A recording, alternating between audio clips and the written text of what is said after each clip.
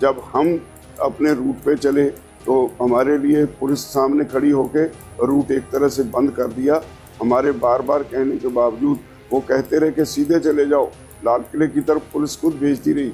हर नाके पे यही हुआ।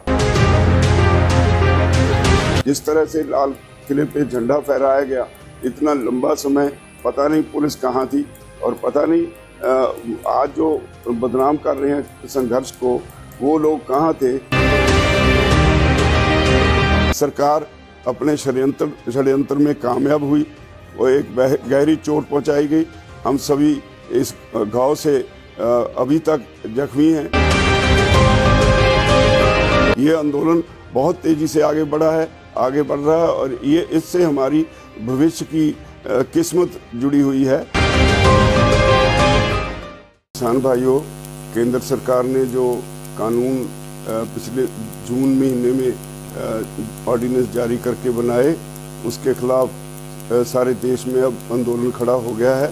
और आंदोलन जब अपनी शिखर पे पहुंचा तो आपने देखा होगा कि कैसे सरकार ने अपने हथकंडे इस्तेमाल करके इस आंदोलन को तोड़ने का हर यत्न ही नहीं किया और इसको एक गहरी चोट पहुंचाई।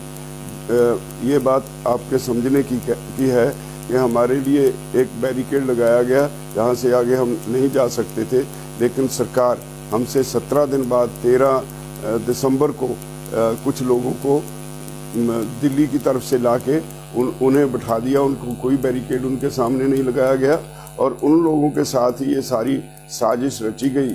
और एक लखा सिधाना बीजेपी का, आरएसएस का खास आदमी है, और लखा सिधाना नहीं, दीप सिद्धू आरएसएस का खास आदमी है, और एक लखा सिधाना उसके साथ मिला हुआ है। उन्होंने पंजाब किसान मजदूर संघर्ष कमेटी के नाम पे जो एक जथेबंदी बनी हुई है, उन लोगों से सांठ-गांठ करके इस सारे आंदोलन को गहरी चोट पहुंचाई है।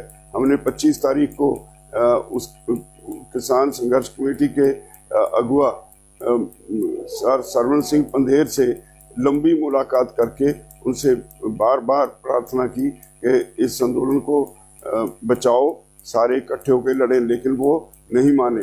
और रात को 10 बजे पुलिस के उच्च अधिकारी उनसे बात करके जाते हैं और सुबह उनको हमारे से पहले ही लाल किला की तरफ तोड़ देते हैं।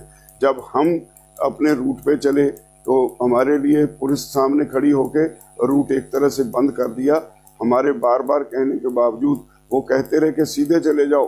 लाल किले की तरफ पुलिस खुद भेजती रही। हर नाके पे यही हुआ और पुलिस सरकार एक्सपोज हुई। जिस तरह से लाल किले पे झंडा फहराया गया, इतना लंबा समय पता नहीं पुलिस कहाँ थी, और पता नहीं आज जो बदनाम कर रहे हैं संघर्ष को, वो लोग कहाँ थे, कौन से लोग थे जिनसे उन्होंने ये झंडा फहराया और नेशनल फ्लैग की बेइज्जती की गई। हमें इसका बहुत खेद है। हमने, हालांकि हमारी इसमें कोई गलती नहीं, क्योंकि आंदोलन की शुरुआत हमने की थी, इसलिए कल हमने प्रेस कॉन्फ्रेंस करके इसके लिए भी अपनी इखलाकी जिम्मेवारी समझते हुए माफ़ी मांगी देशवासियों से कि अगर किसी ने भी इस आंदोलन का नाम लेके नेशनल फ्लैग की बेअदबी की है तो हम उसके लिए हमें खेद है। तो इसके अलावा तरह तरह की अफवाहें फैलाई जा रही हैं। किसान आंदोलन किसानों का है और किसानों के भविष्य की बात है, और इसमें कुछ स्पीचेस हमारी, उसमें एक एक लाइन उठा के हरियाणा में हमारे भाइयों को भड़काया जा रहा है। मेरा कतई इसमें कोई ऐसी मंशा नहीं थी, क्योंकि मैंने 1978 से हरियाणा में यूनियन खड़ी करने के लिए सबसे पहले रिसालदार बलवीर सिंह, मास्टर केरी सिंह, मांगेराम मलिक जैसे जो किसान लीडर्स थे जो अब दुनिया में नहीं है, उनके साथ मैंने काम किया और हरियाणा में किसान संगठन खड़ा किया। और ये कैसे हो सकता है कि मैं हरियाणा के अपने ही भाइयों के खिलाफ कोई बात कहूं? मेरा ऐसा कोई कतई मंशा नहीं। हाँ, कई बार अपने बच्चों को समझाने के लिए कुछ कहना पड़ता है। इसका मतलब ये नहीं कि हम उनके खिलाफ हैं या हरियाणवी भाइयों के खिलाफ हैं। मैं फिर भी अगर किसी भाई को इससे दुख हुआ, उसके लिए मैं खेद प्रकट करता हूं, लेकिन मैं एक अपील करता हूं। ये आंदोलन बहुत तेजी से आगे बढ़ा है, आगे बढ़ रहा है, और ये इससे हमारी भविष्य की किस्मत जुड़ी हुई है। इसलिए मेरी निवेदन है, ये बातें सब भुला के, अगर आपको कष्ट हुआ उसकी क्षमा करके सभी दोबारा फिर इस आंदोलन में उसी जोशो खरोश से शामिल हों जैसे पहले हरियाणा और पंजाब दोनों भाई इकट्ठे अलग अलग बॉर्डर्स पे बैठे थे।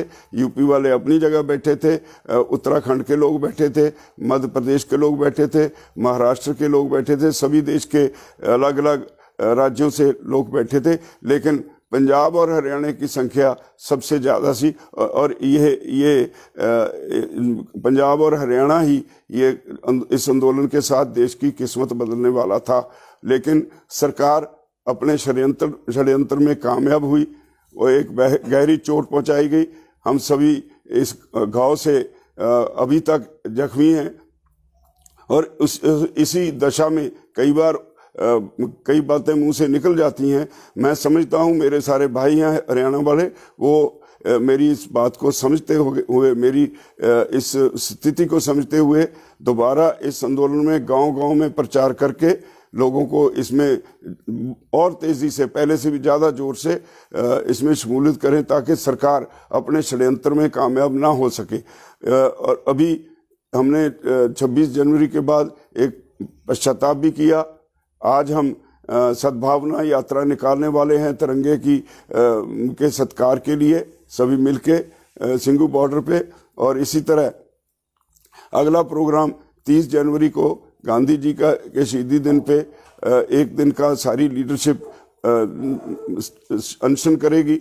और 1 जनवरी का प्रोग्राम फिलहाल इसीलिए क्योंकि कन्फ्रंटेशन का माहौल सरकार बना रही है, इसीलिए हमने पोस्टपोन कर दिया है। तो मेरी सभी भाइयों से निवेदन है, मेरी इस बात को गंभीरता से लें। आंदोलन बहुत बड़ा है, आंदोलन आपके भविष्य का, आपके बच्चों का, आपके परिवारों का, उन सब के लिए है, और उनके भविष्य को तय करेगा। इसलिए ये छोटी बातें, मैं बहुत छोटा आदमी हूँ आंदोलन के मुकाबले। अगर किसी को दुख हुआ है तो मेरी बातों से नाराज होके आंदोलन को मत बिगाड़ें, आंदोलन को उसी सतर पर फिर लेके आए। मैं उम्मीद करता हूं कि सभी भाई मेरी इस बात को जरूर मानेंगे। धन्यवाद।